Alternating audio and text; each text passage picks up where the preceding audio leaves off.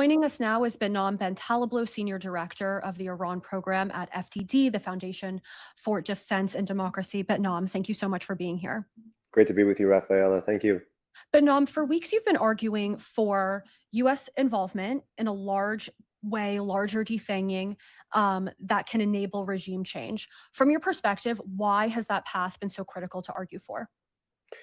Well, there really is no way out but through. There's been a lot of conversation, not just on the podcast today, but just in the American intellectual space, media space, and just nationally about wars of necessity versus wars of choice.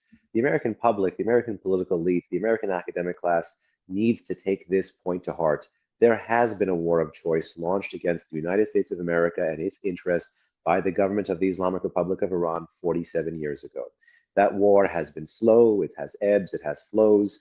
There's been diplomatic off ramps, there's been sanctions fights, there's been covert fights, cyber fights, you name it. But there has been a war already underway. And when one correlates that with the diplomatic history, President Reagan trying to send a Bible and a cake in the shape of a key to these guys. Fast forward to Obama in 2009 during his inauguration speech, talking about if the regime unclenches their fist, he would extend their hand. George Herbert Walker Bush, goodwill begets goodwill. The diplomatic track record of America in the Middle East for the past 47 years is littered with attempts to do anything to not have to get to this moment. And I think President Donald Trump has seized this moment. He sees that the world's foremost state sponsor of terrorism, which is pursuing the world's most dangerous weapons, which is in charge of a constellation of terror and proxy groups that have American and coalition blood on their hands, that are fighting a war against the status quo order, or what's left of it, in the Middle East, aka Israel and many of the Gulf Cooperation Council countries and some of the other monarchies in the area, that entity, the Islamic Republic of Iran, is down, but it is not out.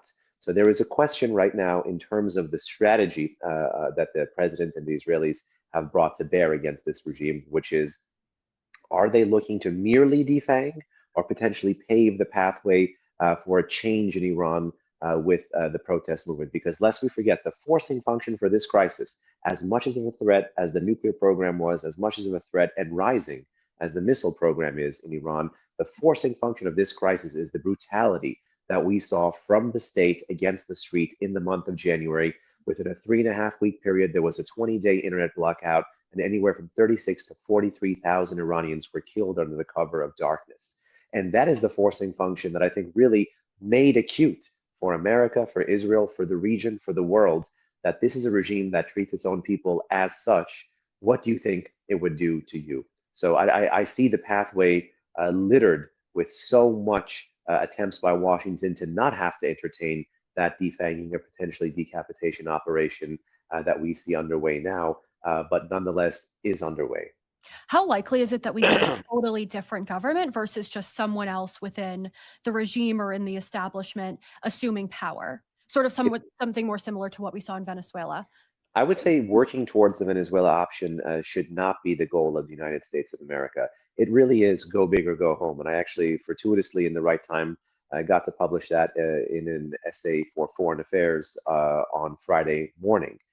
Because if Washington actually goes and tries to do a, not regime change, but a regime evolution from within the political elite have cut their teeth on these exact same issues that Ali Khamenei has. And the political elite right now are actually being targeted by the Israelis and the Americans. There's rumors, there's allegations that the chief of the Supreme National Security Council, the chief of the Defense Council, Shamkhani, has been killed. Again, we're still waiting to see that be confirmed, but Iran International right now has reported that Khamenei's office, the Supreme Leader's office, has been struck as well. So the political elite that could potentially rise to the moment, A, some of them don't have the support of all the security services, but B, they've cut their teeth on the same issues that make them anti-American and anti-Israeli.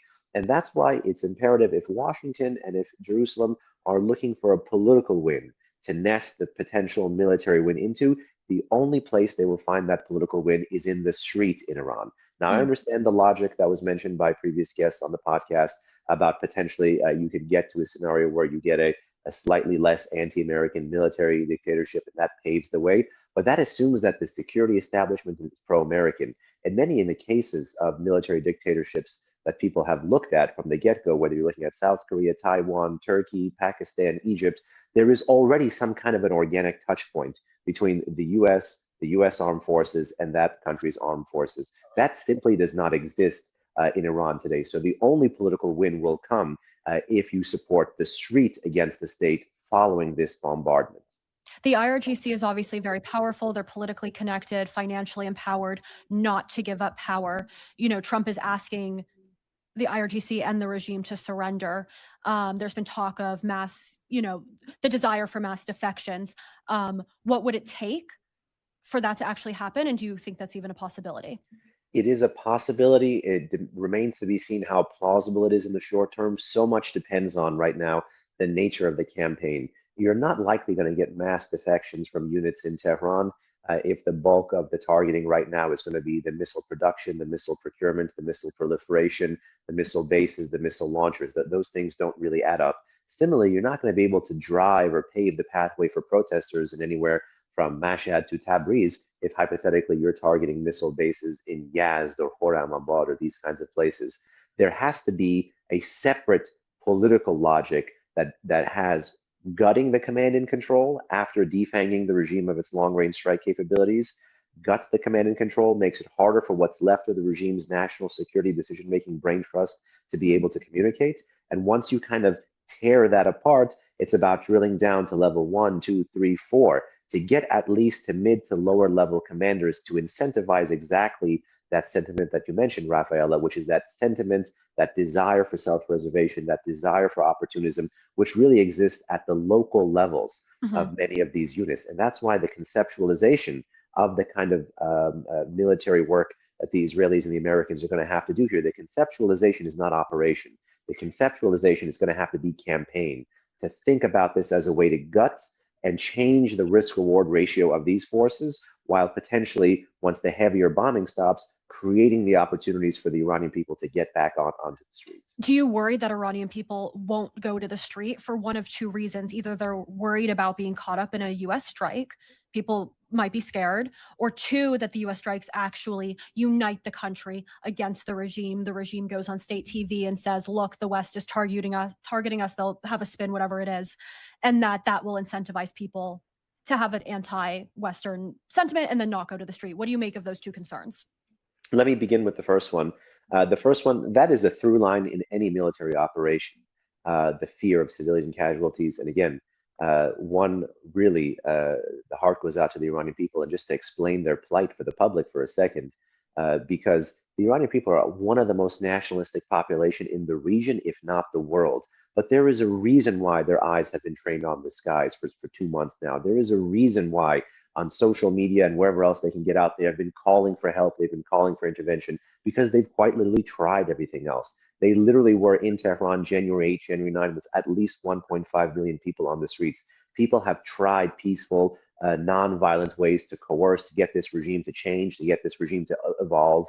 And all this regime has done is to devolve and to become harder and harder and harder and move from repression to straight out killing of these protesters. So naturally, the Iranian population is not going to go into the street if the target set is like the target set that we saw in the 12-day war, where it's largely just defanging, focusing on the security threats. But if there's a paving of the pathway, if there is a logic that is seen of consistent political targeting, a logic that even with the striking of the Supreme Leader's office today, Iranian TV is keen to hide, is keen to play down, for example, is keen to say that things are calm, well, then that's also going to affect the risk-reward ratio of Iranians. Iranians, to put it in a word, when I asked an Iranian dissident based in America whose family was in the streets and thank God survived on January 8, January 9, and I asked him to ask his family, what would it take hypothetically to have you guys come out again? Is there a particular target?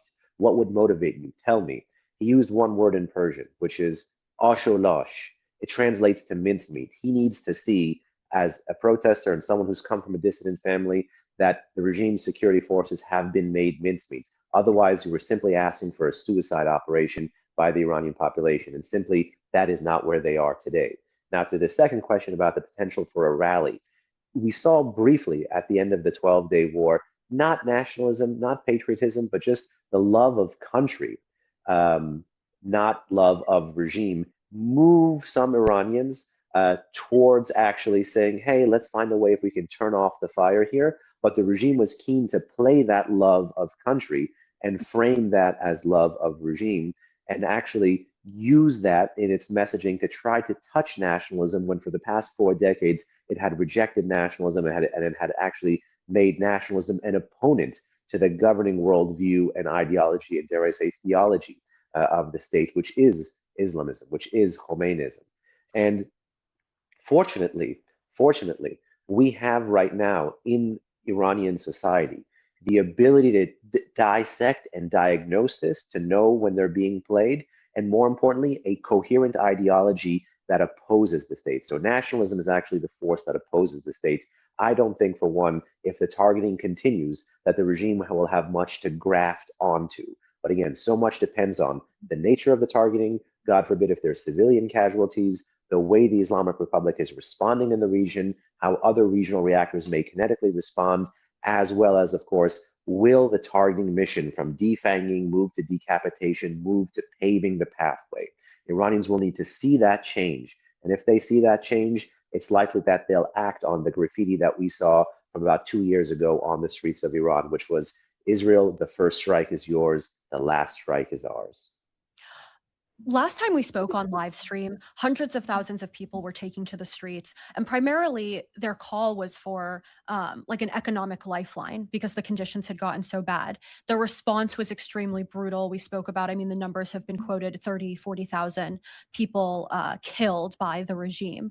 What is the mood right now as these strikes, come down on Iran from people that you're talking to in the country? Well, again, internet is not cut in the way that it was cut at the height of the protests, Hmm. but there are dribs and drabs of blackouts, but it is nothing at all that we saw in the month of January, particularly that solid 20-day block in the middle of the month. But there are videos and pictures of people dancing. There are so many jokes and positive sentiments coming out on Iranian social media, and in particular on Telegram channels. And also there is horror, but there is horror about the regime's strikes. Mm. Make no mistake, the regime has actually not just been at war with Israel, not just been at war with America, but is actually at war right now, if you look closely, with the Arab world. The Organization of the Islamic Conference, many of the Arab League member states, many of the GCC member countries right now have had their countries attacked, and in particular US bases that are in their countries, from Jordan to Kuwait to Qatar to Bahrain, where the Fifth Fleet is. These things are not a joke. And precisely to see the Saudi Foreign Ministry come out in the strong way that they have. The population was shocked to see an airport reportedly in Kuwait struck. The population was shocked to see a hotel in the UAE, in Dubai, if I'm not mistaken, based on the Mm. recent social media feed of a reporter from Iran International struck.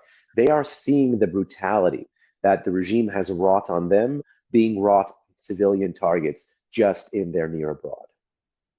A lot of people are wondering, looking back into history, because I know you're also a history buff. During the Iran-Iraq Nerd War, is the more appropriate. during the Iran-Iraq War, probably the last major war that Iran was in, it did motivate national unity. There's even a letter of who was it? I believe Reza Pahlavi wanting to come back to the country and serve in the Air Force during But this. now look, sorry to interrupt you, but you're tugging at a very important historical phenomenon. And whether or not we like it, the Islamic Revolution in 1979 was a popular revolution. Revolutions are social phenomena. And socially, the base for the Pahlavi monarchy in Iran pre-1979 was eroding. There were literally insurgent groups, the FEK, the MEK. There were a whole host of quote unquote nationalists and Islamists that were willing to get together to work with one another, even with communists, to topple that regime. So one of the things that the Khomeini regime did was, once it was attacked by Saddam, which, by the way, there's a whole argument there about the provocations and about Khomeini not willing to settle with his Ba'athist neighbor, but to try to export the revolution there and topple him and create an Islamic Republic in Iraq and all of that. But once that war touched Iranian territory, yes, that motivated Iranian nationalism for large swaths of a population which were already onto the streets anyway. And Khomeini used that conflict and even extended that conflict to purge the system of dissidents, to narrow the very broad coalition of ideologically diverse forces that helped create his regime. But nonetheless, there was at that time, given the social cohesion, even among the very different ideological fault lines, just the social cohesion of Iranianness and the fostering of that sense of national identity, which was one of the actual successes socially of the Pahlavi monarchy that started in 1925 in Iran, that kind of national awakening. That was one reason why, once the bombs were falling from a foreign adversary, that you had actually the crown prince at that time talk about, oh, let me fly sorties for you. Because Mhm. make no mistake, Saddam was somebody who wasn't interested in liberating the Iranian people. Saddam was somebody who was driving a tank thrust and a civilian aerial bombardment campaign, not to defang the Islamic Republic, but for mass casualties, to weaken the regime and to take over the country's oil and to carve out some more land for himself. And again, this is a rinse and repeat tactic that we saw from Saddam. This is quite literally how he went into neighboring Kuwait right after the Iran-Iraq war, where he took all the guys with the guns and just shifted them further south. And Iranians sensed that, Saddam wants a piece of their territory. Israel does not want a piece of Iran's territory. America does not want a piece of its territory. And the society in Iran after the Iran-Iraq war is fundamentally not the society that is in Iran today. You Mhm. would have largely a nationalist rally in the 90s, in the 2000s, even in the mid 2000s, even in the early Rouhani period. I would venture to guess. The But fundamentally, Iranian society is not what it was in the Iran-Iraq war. The attacker is not the attacker, aka Saddam, from the Iran-Iraq war, and also the regime is not that same regime. Mhm. So, for all these reasons, the Iran-Iraq war is an important case study to have, but it's Mhm. important to see the variables that have evolved over time from state, from society, and from quote unquote the aggressor. The opposite concern is that there could be a Balkanization, right, in the chaos. There's Azeri Turks and Baluch and, Arabs all in the country. What do you make of that concern that ethnic infighting could play a massive role in the weeks to come? I'm not going to lie to you, that is a concern I fundamentally have. But I think that the US and US policy uh, in the region should be aimed at actually not drawing lines in the sand, but actually trying to create a system where the status quo can lead to stability and we can respect the rules of the road and respect the lines as they are. The US or Israel doesn't need to, and I would say strongly should not, engage in any kind of social engineering because the boot of the Islamic Republic has been felt by everybody. Yes, there is religious discrimination, but there is not social discrimination because Iranians have been united in protest after protest after protest. Family of Mahsa Amini, you may remember Mahsa Jina Amini was the young 22-year-old girl who was killed for allegedly not properly wearing her hijab in September 2022, that at that point in time touched off the biggest nationwide anti-regime uprisings. Months, it touched over 150 different cities, towns, and villages, 31 of Iran's 31 different provinces, and her family, she was from a Kurdish family, would often say, Mahsa is a daughter of Iran. Mahsa is a daughter of Iran. And it motivated protests in Baluchistan, in the southeast, all the way to Tabriz in the northwest. And the same phenomenon, the same slogans from Tabriz, from Zahedan to Tehran, Janam Fadai Iran, from Zahedan to Tehran, my life only for Iran. There is this national sentiment due to shared suffering that I think we need not cleave apart, but actually need to bolster and support and dare to dream big. What a united, what a secular, what a nationalist Iran can actually provide us here in the US, just to dare to imagine the positives for a moment. And that's why, while there are always in Iranian history forces of the periphery that fight the center, and the way the center tries to extend control, those are forces that have been there and will be there because Iran is the heirs of one of the last great remaining empires in the region, and it's become really a more modern state in the past 200 years, in particular the past 100 years. And every country has gone through those growing pains. I mean, in France, for example, about 150 years ago, outside of Paris and outside of Lyon, you had drastically different dialects that could lead to even people not even having a mutually intelligible conversation. And that all has already happened and been changed in Iran. And it would be a shame to miss that phenomenon, both strategically and morally. There's So therefore, I think the concern is there, but it's not something that we should play up. there's a question of who comes next. Obviously, Reza Pahlavi has been in a lot of American media. Some people feel like that's a serious potential person to lead a transition. Other people feel like it's not. There's been talk of Hassan Khamenei. Khomeini, excuse me. Who do The you think? grandson. Yes, exactly. Who do you think could potentially lead a transition movement? I mean, the other critique is that the opposition has been disorganized, not by their own fault, but because of the repressiveness of the regime. I'd love you to just speak to that question. Sure. So, when we're talking about I have a slight syntactical change. What we see in Iran today, because of the massive crackdown from the state against the street, because, for example, there are checks not just against institutions in Iranian government, but there's checks against society. One of the reasons this force, the Basij, matters, why it really must be struck, is that this is an all-volunteer paramilitary that checks Iranian civil society. That unfortunately their success is part of the reason why we are at this point today where the incremental things, the civil society pushes, the things that have led to color revolutions in the past have unfortunately not been able to be successful in Iran today. There may be student groups in Iran, but there is a student besiege. There may be labor unions in Iran, but there is a labor union besiege. And they are the checks against these traditional forces in civil society that could help pave the pathway for a more peaceful evolution in that country. But it's been the success of authoritarianism in Iran that has brought us to these other more to these other options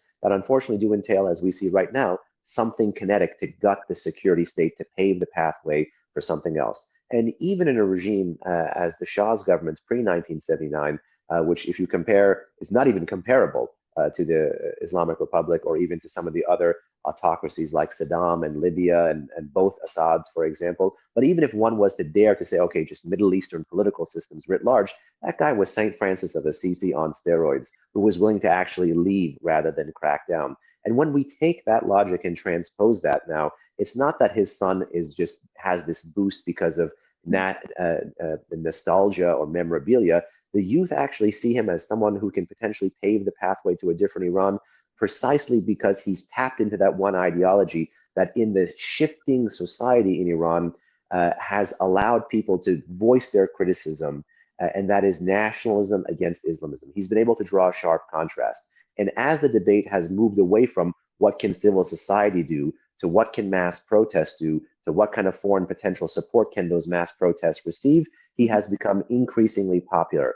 And it's not an audition for monarchy in Iran. What we're seeing is actually an ability of a leader to draw crowds that I don't even think President Donald Trump can draw, both in Iran as well as around the world, in terms of the size, in terms of the scope. We saw on February 14th on Valentine's Day over 1.5 million in diaspora around the world turning out. You saw in Iran, in Tehran alone, the day that Pahlavi called for mass turnout, at least 1.5 million inside Tehran alone, just under 1 million in Mashhad, Iran's second biggest city. I digress. The moral of the story is we need to be A, not making the perfect the enemy of the good, B, realize that Pahlavi actually has opposition or exile syndrome in reverse, which is a good thing for us because normally exiled politicians tend to have good Western contacts and elite support, but a really poor ground game. He actually seems to have a very good ground game, and the challenge has been some in the West have had an allergy with his last name and have missed the phenomenon in Iran of rising nationalism correlating with his popularity. So if you take those two things together,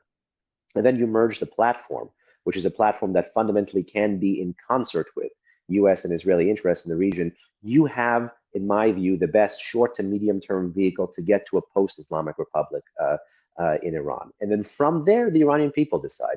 From there, it is all about the Iranian people deciding. This 100+ year struggle for representative government is not going to be turned off the moment someone comes in who reminds them of the past. The goal here is to get to a situation where the Iranian people can turn out. And because the hard boot of the system has prevented anything from rising organically in terms of political cohesion, what you have in terms of Iranians in the country who are fighting, who are protesting, who are online, who are in jail, they are now, it's best to call them not political forces, it's best to call them revolutionary forces. That is their immediate function.